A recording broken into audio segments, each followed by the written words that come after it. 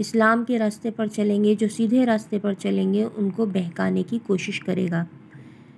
ایک مقدس اور بظاہر نہایت نورانی ہیلے سے، ہیلہ کہتے ہیں بہانے کو،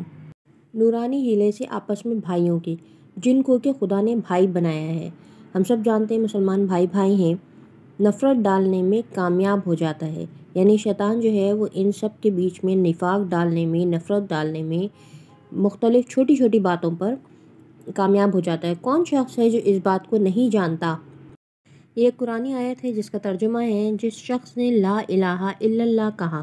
پس وہ مسلمان ہے۔ جو شخص ہمارے قبیلے کی طرف رخ کرنے کا عقیدہ رکھتا یا کرتا ہے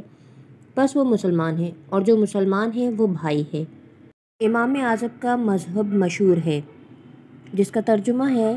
ہم اہل قبلہ کی تکفیر نہیں کرتے، بئیں ہمہ فروعی مسائل میں اختلاف ہونے کا سبب کسی طرح ہماری قوم نے اس حبل المتین کی بندش کو توڑا ہے۔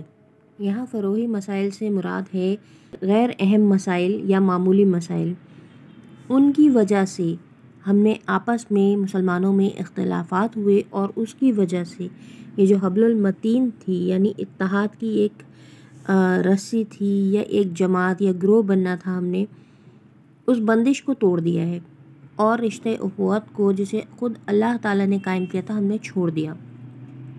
ان نا اتفاقیوں نے ہماری قوم کو نہایت ضعیف یعنی کمزور اور ٹکڑے ٹکڑے کر دیا ہے۔ جمعیت کی برکت ہماری قوم سے جاتی رہی، یعنی ہمارے درمیان اتحاد اور ایک گروہ ہونا، ایک جماعت ہونا، اس کی طاقت ہم سے چھن گئی۔ قومی ہمدردی اور ترقی اور قومی امور کے سر انجام دینے میں اس نالائق نا اتفاقی نے بہت کچھ اثر بد پہنچایا ہے۔ قومی امور یعنی قوم کے جو معاملات ہیں ان میں، اور اثر بد سے مراد یہ ہے کہ برے اثرات پہنچائے ہیں۔ جو قومی ہمدردی تھی اس میں یعنی قوم سے جو ہماری ہمدردی ہونی چاہیے تھی، اس کے لیے اچھا کام کرنے کا جذبہ ہونا چاہیے تھا، وہ اس نا اتفاقی کی وجہ سے ہم نہیں کر سکے، اور اس کی وجہ سے قوم کی ترقی پر بہت برے اثرات پہنچے ہیں۔ بس ہماری قومی ترقی کا سب سے اول مرحلہ یہ ہے کہ ہم سب آپس کی محبت سے اس عداوت و نفاق کو یکتائی و یکجہتی کے مبدول کریں۔ یعنی ہمارا جو فرسٹ سٹیپ ہونا چاہیے قومی ترقی حاصل کرنے کے لیے، یہ ہونا چاہیے کہ ہم آپس میں جو ہمارے اندر عداوت اور نفرت اور بغض ہے، اس کو ختم کر کے ایک یکجا ہو جائیں، اور ایک دوسرے سے ہمدردی رکھیں اور ایک دوسرے کا خیال رکھیں۔ اس چیز سے تبدیل کر لیں تو ہم خود بخود ترقی حاصل کر سکتے ہیں۔ یکتائی اور یکجہتی سے میرا مقصد یہ نہیں ہے کہ سب لوگ اپنے اپنے عقائد کو چھوڑ کر ایک عقیدے پر قائم ہو جائیں، یعنی ان کی کہنے کا مقصد یہ ہے کہ ایک جگہ جمع ہونے کا مقصد یہ نہیں ہے کہ اپنے اپنے عقیدوں کو چھوڑ دیا جائے۔ یہ امر تو قانون قدرت کے برخلاف ہے، جو ہو نہیں سکتا، نہ تو پہلے کبھی ہوا اور نہ آئندہ کبھی ہوگا۔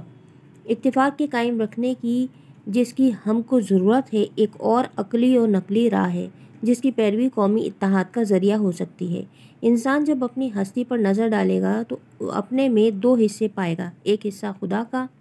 اور ایک حصہ اپنے ابنائے جنس کا، یعنی ایک جنس ہونے کا، یعنی ایک قوم ہونے کا۔ انسان کا دل یا اس کا اعتقاد، یا مختصر سے الفاظ میں یوں کہوں کہ اس کا مذہب خدا کا حصہ ہے جس میں دوسرا کوئی شریک نہیں۔ اس کے عقائد کی جو کچھ بھلائی یا برائی ہو، اس کا معاملہ اس کے خدا کے ساتھ ہے۔ یعنی ہر انسان جو اپنا عقیدہ رکھتا ہے اس کے ساتھ اس کا اپنا ذاتی معاملہ ہے، وہ اللہ پر بھروسہ، اللہ پر یقین رکھتا ہے یا ایمان رکھتا ہے یا نہیں، نہ بھائی اس میں شریک ہے، نہ بیٹا، نہ دوست، نہ آشنا اور نہ قوم۔ بس ہم کو اس بات سے جس کا اثر ہر ایک کی ذات تک محدود ہے اور ہم سے کچھ تعلق نہیں ہے، کچھ بھی تعلق رکھنا نہیں چاہیے۔ یعنی ہر انسان کا جہاں پہ اپنی پرسنل لائف ہے، ہمیں اس کے معاملے میں نہیں دخل اندازی دینی چاہیے، لیکن وہ بات جس سے پوری قوم کو فائدہ یا نقصان ہوتا ہے، صرف ہمیں اس بات پر یقین رکھنا چاہیے یا اس بات سے تعلق رکھنا چاہیے۔ نہایت افسوس اور نادانی کی بات ہے کہ ہم کسی سے ایسے امر میں عداوت رکھیں یا ایسے معاملے میں بغض رکھیں، نفرت رکھیں، جس کا اثر خود اسی تک محدود ہے، اور ہم کو اس سے کچھ بھی ضرر و نقصان نہیں۔ جو حصہ کہ انسان میں اس کے ابنائے جنس کا ہے اور اس سے ہم کو غرض رکھنی چاہیے، یعنی جو قوم والا حصہ ہے، جو وہ پارٹ زندگی کا جس میں قوم سے تعلق رکھنے والے معاملات ہیں، اور وہ حصہ آپس کی محبت، باہمی دوستی، ایک دوسرے کی اعانت یعنی ایک دوسرے کی مدد، ایک دوسرے کی ہمدردی، جس کے مجموعے کا نام قومی ہمدردی ہے۔ یہی ایک طریقہ ہے جس سے خدا کے حکم کی بھی اطاعت اور آپس میں برادرانہ برتاؤ، قومی اتفاق، قومی ہمدردی قائم ہو سکتی ہے، جو قومی ترقی کے لیے پہلی منزل ہے۔ یہ بات ہم کو بھولنے نہیں چاہیے کہ ان روحانی بھائیوں کے سوا اور بھی ہمارے وطنی بھائی ہیں، گو وہ ہمارے ساتھ اس کلمے میں جس نے ہم مختلف قوموں اور مختلف فرقوں کو ایک قوم اور آپس میں روحانی بھائی بنا دیا ہے، شریک نہیں ہیں۔ یعنی ہمیں یہ بات نہیں بھولنی چاہیے کہ ہمارے ملک میں اگر کوئی غیر مسلم بھی ہیں تو وہ بھی ہمارے ہم وطن ہیں، ہم وطن بھائی ہیں، گو کہ وہ ہمارے ساتھ کلمہ گو نہیں ہیں اور وہ مسلمان نہیں ہیں، مگر بہت سے تمدنی امور میں، یعنی بہت سے ثقافتی امور میں یا مل کر رہنے والے معاملات میں، جن میں ہم اور وہ مثل بھائیوں کے شریک ہیں، یعنی ایک پاکستان میں اگر رہ رہے ہیں تو سب پاکستانی بھائی بھائی ہیں، اب اس سے کوئی فرق نہیں پڑتا کہ وہ کس مذہب سے تعلق رکھتے ہیں۔ ہمسائے کا ادب مذہب کا ایک جز ہے، یعنی جو پڑوسی ہیں ان کا احترام کرنا ہمارے مذہب میں، اسلام میں ایک بہت خاص حصہ ہے اس کا، اور یہی ہمسائیگی وسعت پاتے پاتے ہم ملکی اور ہم وطنی کی وسعت تک پہنچ گئی ہے۔ یعنی اگر ہر پڑوسی اپنے پڑوسی کا خیال رکھے گا تو یہی ہمسائیگی جو ہے یہ پھیلتے پھیلتے بڑھتے بڑھتے پورے ملک میں بڑھ جائے گی یا پھیل جائے گی۔ ان ہم وطن بھائیوں میں بھی دو حصے ہیں، ایک خدا کا اور ایک ابنائے جنس کا۔ خدا کا حصہ خدا کے لیے چھوڑو اور جو حصہ اس میں ابنائے جنس کا ہے اس سے غرض رکھو۔ تمام امور انسانیت میں جو تمدن و معاشرت سے تعلق رکھتے ہیں ایک دوسرے کے مددگار رہو،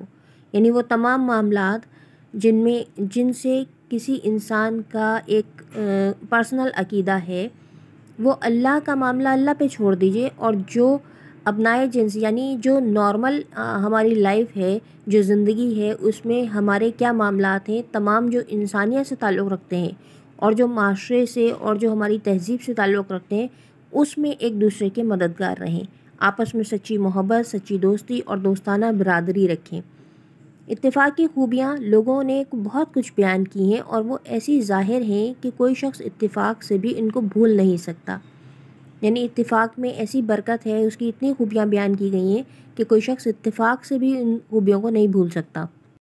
بہت بڑے بڑے واقعات دنیا میں گزرے ہیں جن کو پرانی تاریخیں یاد دلاتی ہیں اور جن کی یاد سے ایک عجیب اثر ہمارے دلوں میں ہوتا ہے،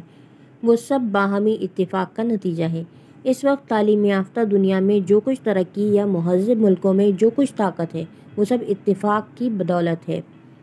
بعض قابل ادب بزرگوں کا قول ہے کہ جس طرح اصلی دوستی دنیا میں ناپید ہے، اسی طرح آپس میں اتفاق بھی ناممکن ہے۔ ان کی دلیل یہ ہے کہ تمام مسلمانوں کے تابع اور ان کے اغراض مختلف ہیں، یعنی سب کی تمام انسانوں کی جو طبیعت ہے، جو ان کا مزاج ہے، وہ ایک دوسرے سے اور ان کے اغراض یعنی ان کی جو غرض ہے وہ ایک دوسرے سے مختلف ہے، تو ضرور ہے کہ وہ ایک دوسرے کے مخالف ہوں۔ جب ہر انسان کا مقصد علیحدہ ہے زندگی کا، تو ان کے ایک دوسرے سے مخالفت ہونا بھی ضروری ہے۔ ہاں یہ بات سچ ہے، مگر جس اتفاق پر ہم بحث کرتے ہیں وہ شخصی اتفاق نہیں ہے بلکہ قومی اتفاق ہے۔ ہمارے آپس میں گو کیسا ہی نفاق ہو، جو خدا کے نزدیک ایک سخت گناہ ہے، یعنی ہمارے درمیان کسی بھی قسم کا نفاق ہو، نفرت ہو، وہ سب اللہ کے نزدیک سخت گناہ ہے، مگر وہ قومی اتحاد اور قومی اتفاق کا معنی نہیں ہے، یعنی اس میں کسی بھی قسم کا قومی اتفاق یا قومی اتحاد جو ہے اس میں منع نہیں ہے۔ قومی بھلائی یا قومی برائی کا اثر تمام قوم کے لوگوں کو پہنچتا ہے۔ اس زمانے میں جو سب سے بڑا سبب ہماری قوم کے تنزل کا ہے، یعنی ان کے زوال کا ہے، وہ یہی ہے کہ ہم میں قومی اتفاق کا خیال نسیم منسیہ ہو گیا ہے، یعنی ہم اسے کھو بیٹھے ہیں۔ کسی کو بجز ذاتی یعنی پرسنلی طور پہ منفعت یعنی ان کو فائدہ دینا، یہ قومی بھلائی یا قومی منفعت کا خیال بھی نہیں آتا، یعنی قومی بھلائی کا ہمیں خیال بھی نہیں آتا کہ ان کو ہم فائدہ پہنچا دیں۔ اگر کوئی کچھ کرتا بھی ہے تو اس کو پہلے اپنی ذاتی غرض مد نظر ہوتی ہے، یعنی اگر کوئی کسی کے لیے کچھ کرتا بھی ہے، قوم کے لیے بھی کچھ کرتا ہے، تو پہلے وہ اپنا فائدہ اس میں دیکھتا ہے۔ یہی وجہ ہے کہ ہمارے کاموں میں برکت نہیں ہوتی۔ اگر آپ کو ہماری ویڈیوز پسند آ رہی ہیں تو پلیز سبسکرائب کریں، لائک، کامنٹ اور شیئر ضرور کریں۔ بہت شکریہ۔